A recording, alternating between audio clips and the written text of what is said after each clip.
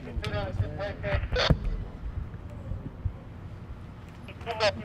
we got 2 people walking down there. Down where? Hey, what's up? Is they with us or what? What's up? It's Prince. Get back!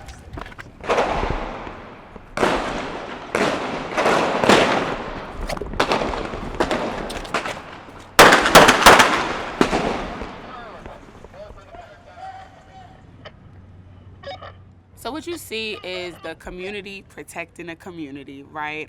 We know that our brother George Floyd got murdered by the Minneapolis Police Department, and there's been a lot of unrest since then. We've seen uprising in the community, and there have been professionals in the community who have been burning buildings.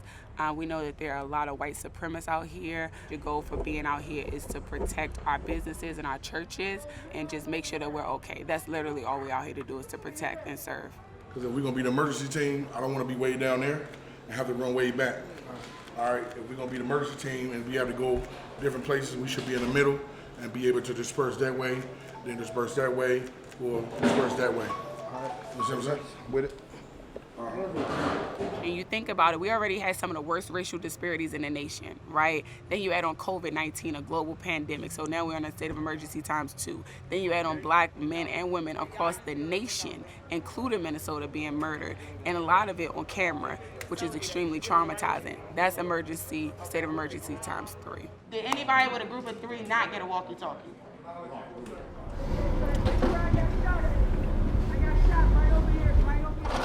Queen! Queen!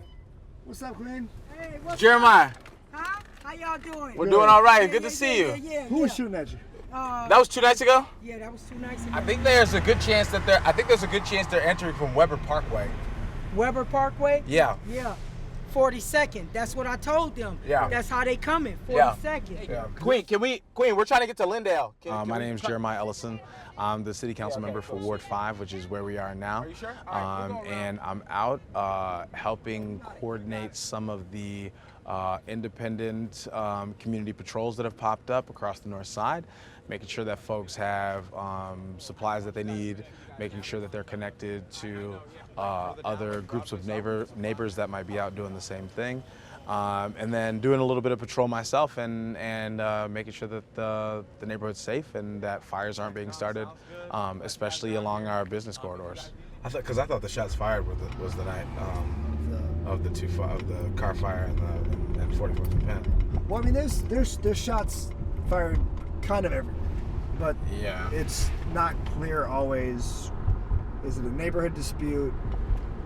Is it somebody just being goofy and letting off shots in the air because they've got a gun and they can do that? Yeah.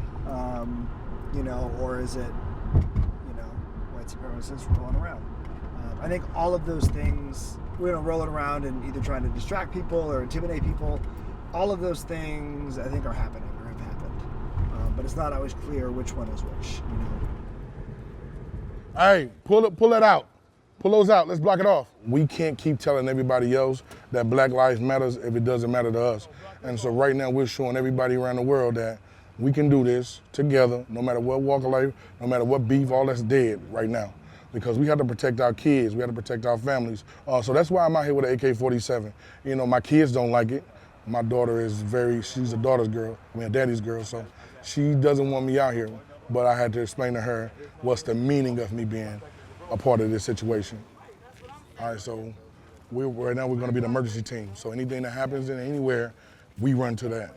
Before, a black man with his face covered with a rifle would just be like, oh my God, who are they coming to rob? And now a black man with his face covered with a rifle is like preventing fires and also preventing the spread of COVID-19. I don't want anybody inside of the firing range. So let's make sure that we stagger when we walk and when we move. So if you walking behind him, stagger yourself. Who cares how the rest of the city sees it, but I think it allows us to see us as helpful. You need to get a black shirt, because it's loud right now. So holding this AK-47 or not holding this AK-47, I am a threat to society regardless. And that's why we're here today, because I am not a threat, I am a part of the solution. I am a part of the growth. And until everybody else stop making those assumptions, this is where we're gonna be. This is how we're gonna act. We're gonna guard our own communities. We're gonna protect our own communities because everybody else won't. A number of people with NAACP was like, "Are those assault rifles?" And I say yes, you know, and similar to the fact that they brought assault rifles to the governor's mansion when they were protesting the stay-at-home order. And so if they can have guns to protest, we can have guns to protect. It's necessary because we have the relationships, right? We know the youth, we know the women and children, we know the lay of the land. It started with us protecting our community from the looting and the rioting, right, and the burning of our buildings and our property. And with that, and with the response of our black men coming in the community, I think the police have just naturally taken a respectful step back approach to allowing us this time to protect ourselves. If you all saw earlier, I was actually talking to one of the police officers. They know my name, they know our face, they know why we're out here. Chief Arredondo has stopped by to see us. Representative Ilhan stopped by to see us. Jeremiah Ellison, our city council member, is out every night with us. Like, this is not a secret. This is actually, even the National Guard, when they drive by, they wave at us. You know what I mean? We're very recognizable, and they know that we're not here to start any problems. We're just here to protect our community. And I think that's something that everybody can respect. There's like a deep sense of agency here. People feel like they get to be in control over the safety of the neighborhood. And that feels pretty unique over here. I mean, we have no choice but to survive. Black people in America have always had to survive. We've never been given help. Superman doesn't apply to us. He's not coming to save us. We have to save ourselves. Hey, get in the house, man. Listen, we ready, baby, for whatever. You need to be ready. Go home. You ain't ready, go home.